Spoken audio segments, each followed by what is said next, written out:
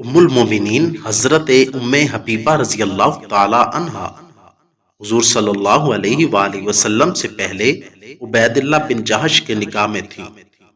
دونوں میاں بیوی ایک ساتھ ہی مسلمان ہوئے اور حبشہ کی طرف ہجرت بھی ایک ساتھ کی۔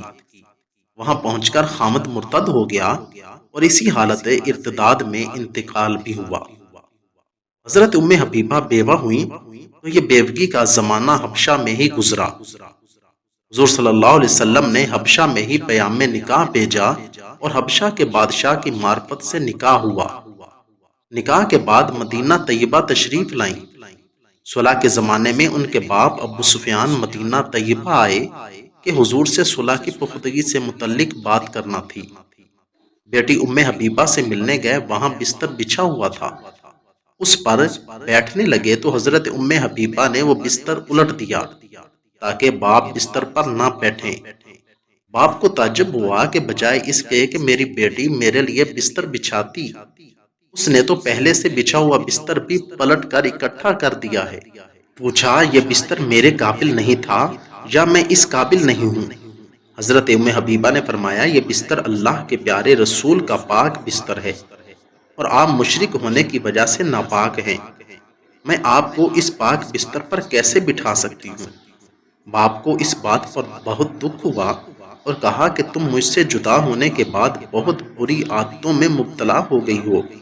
مگر ام حبیبہ کے دل میں حضور کا جو مقام و مرتبہ تھا، اس کی وجہ سے کب وہ گوارا کر سکتی تھیں کہ کوئی ناپاک مشرک، وہ باپ ہو یا کوئی غیر، حضور کے پاک بستر پر بیٹھ سکے۔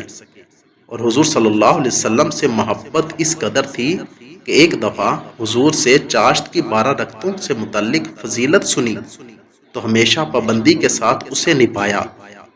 ان کے والد ابو سفیان جو کہ بعد میں مسلمان ہو گئے تھے، جب ان کا انتقال ہوا تو تیسرے دن خوشبو منگوائی اور اسے استعمال کیا اور فرمایا کہ مجھے خوشبو کی ضرورت تھی نہ رغبت، مگر میں نے حضور کو یہ فرماتے ہوئے سنا کہ عورت کو اپنے خاوند کے علاوہ کسی پر 3 دن سے زیادہ سوگ کی اجازت نہیں، صرف خاوند کی وفات پر 4 ماہ 10 دن سوگ کی اجازت ہے۔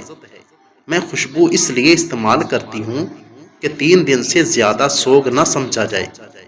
جب حضرت ام حبیبہ کے انتقال کا وقت ہوا تو حضرت عائشہ صدیقہ کو بلایا اور ان سے کہا کہ میرا آپ کا معاملہ سوکن کا تھا اور سوکنوں کی آپس میں کسی نہ کسی بات پر تھوڑی بہت رنجش ہو ہی جاتی ہے، اللہ تعالیٰ مجھے بھی اور آپ کو بھی معاف فرمائے۔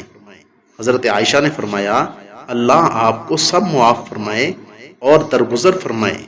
یہ سن کر حضرت ام حبیبہ کہنے لگی کہ آپ نے مجھے اس وقت بہت زیادہ خوشی پہنچائی، اللہ تعالیٰ آپ کو بھی خوش و خرم رکھیں۔ اسی طرح اس کے بعد ام سلمہ کے پاس بھی آدمی بھیجا۔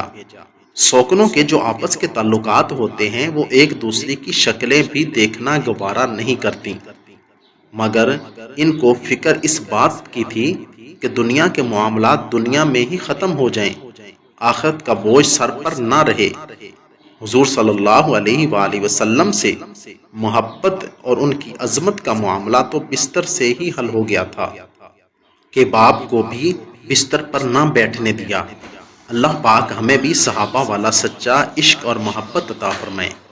اگر آپ کو میری یہ ویڈیو اچھی لگی ہو تو ویڈیو کو لائک، چینل کو سبسکرائب اور ساتھ دیے گئے بیل آئیکن کے بٹن کو ضرور دبا دیں تاکہ ہماری آنے والی ہر ویڈیو آسانی کے ساتھ آپ تک پہنچ سکے۔